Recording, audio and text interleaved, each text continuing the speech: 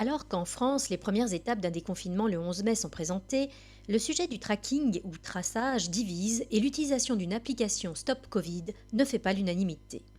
En quoi consiste ce procédé de lutte contre l'épidémie de Covid-19? Pour le comprendre, il faut revenir quelques semaines auparavant, au début de l'épidémie. En effet, l'ensemble des pays concernés se sont vus contraints d'adopter des mesures gouvernementales inédites afin de faire face à cette pandémie. La grande majorité d'entre eux a choisi le confinement, mais la Corée du Sud a fait exception en procédant à un traçage minutieux des patients avec un système de surveillance numérique. Si cette méthode a pu heurter, en particulier sur ses conséquences à propos des libertés individuelles, elle fait désormais des émules car la Corée du Sud est parvenue ainsi à limiter l'impact du Covid-19 dans sa population. Dans notre pays, cette mesure de traçage des données mobiles pour limiter la propagation du virus doit faire l'objet d'un débat à l'Assemblée nationale le 28 avril, puis d'un vote. Alors, tracking or not tracking? Pour appréhender cette question dans sa globalité, nous avons fait appel à Mélanie Heard, enseignante-chercheuse au CRI, Centre de recherche interdisciplinaire de l'INSERB, et co-coordinatrice du pôle santé de Terra Nova. Bonjour Mélanie Heard. Bonjour. Alors, le traçage peut-il faciliter la sortie du confinement? Le traçage, si par là vous entendez, le repérage des personnes qui sont malades ou des personnes qui ont été en contact et qui sont exposées à un risque, le traçage de ces personnes-là de manière à pouvoir les informer de ce qu'ils peuvent faire pour protéger leur entourage, oui, clairement, c'est évidemment absolument nécessaire, pour lutter contre une épidémie en général. Donc, pour le déconfinement, bien sûr, et même dès maintenant, beaucoup d'infectiologues appellent à ce que ces mesures soient mises en place dès maintenant de façon renforcée. J'imagine que quand vous dites traçage, c'est pas seulement le traçage des contacts qui est une mesure, qui date du XIVe siècle, hein, repérer les malades, et les encourager à s'isoler, c'est une vieille mesure. Ce dont vous voulez parler, je suppose, c'est plus du traçage numérique, c'est-à-dire de l'utilisation d'applis numériques pour faciliter, ce travail d'identification des malades et de leurs contacts. Là encore, la réponse clairement est oui. La question du traçage numérique, elle doit se poser, je pense, de manière très simple. Le numérique, à quoi ça sert de manière générale dans nos vies? Et ça sert à faire de manière rapide, parce que si on faisait manuellement, à la main, avec les vieilles techniques, ça prendrait beaucoup plus longtemps. C'est ça le numérique, c'est simplement rendre possible une réactivité pour tout un tas de tâches qui sinon prendraient beaucoup plus de temps. Et pour le traçage des contacts, exactement comme pour envoyer une lettre versus un email, c'est le même principe. Si vous voulez, avec un stylo, un papier et un téléphone, identifier les gens qui sont malades, leur téléphoner, leur expliquer comment ils doivent s'isoler et prendre la liste de tous les gens qu'ils ont croisés dans les 10 derniers jours, ça va vous prendre beaucoup de temps et il va falloir beaucoup de gens. Et on a vu début mars, dans les agences régionales de santé, des bataillons de centaines de personnes armées d'un téléphone, s'user à ce type de fonction et être en fait en échec très rapidement, avec 2, 3 jours de retard dans les coups de fil qui devaient passer. Donc ça va pas. Parce que 2, 3 jours de retard, c'est 10, 20, 30 personnes qui ont été croisées par la personne malade dans l'intervalle et qui, à leur tour, initient une nouvelle chaîne de transmission s'ils ont été contaminés. Donc on ne peut pas se permettre ce délai et c'est pour ça que la réactivité que permet le numérique, elle est précieuse dans le cas d'espèce. Et donc, est-ce que cette technique représente réellement un danger pour les libertés individuelles?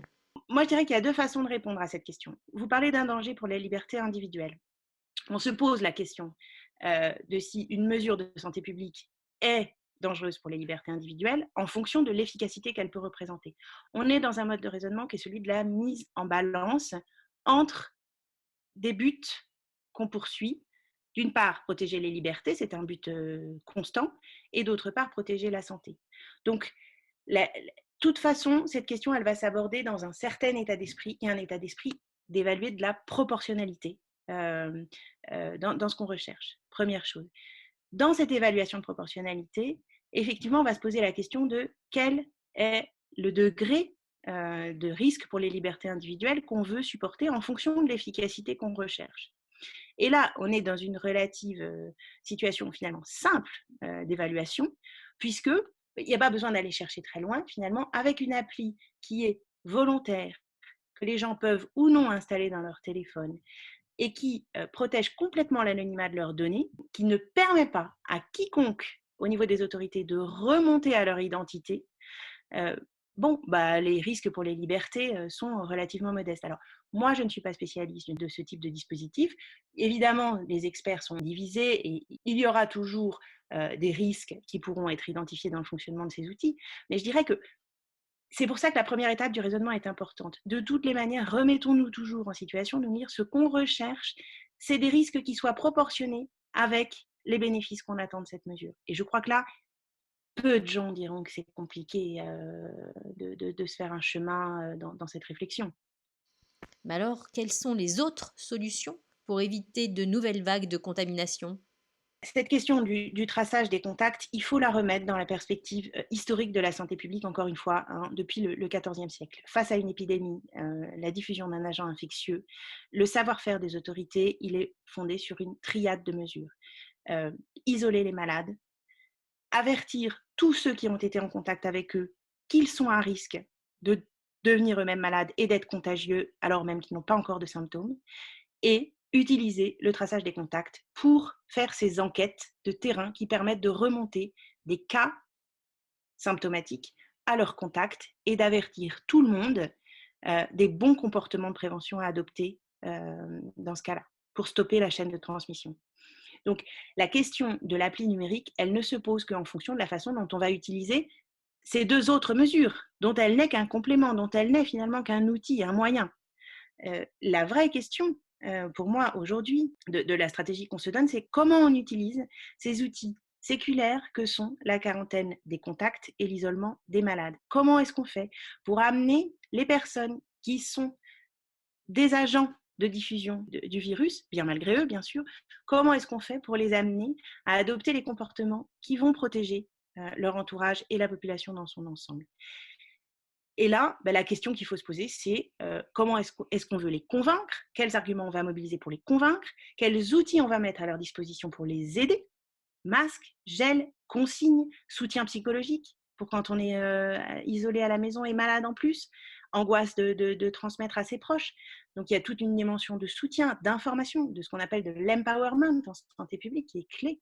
Et puis, recours ou pas à l'obligation, c'est-à-dire est-ce qu'on dit aux gens, adoptez ces comportements-là, c'est bien pour vous, c'est bien pour les autres, on vous fait confiance, ou bien est-ce qu'on dit aux gens, adoptez ces comportements-là, c'est obligatoire, et on le contrôlera, et si vous ne le faites pas, vous aurez une amende.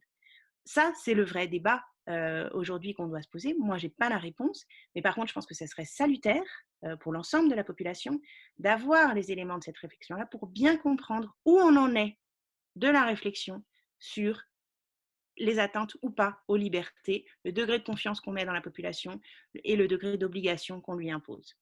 Et le degré de soutien aussi qu'on lui accorde. Là, on voit que dans la question de ces mesures-là se jouent des dimensions cruciales de la façon dont la population va percevoir ce qui est attendu d'elle et pouvoir adhérer au message des autorités. Merci beaucoup, Mélanie Heard. Merci à vous.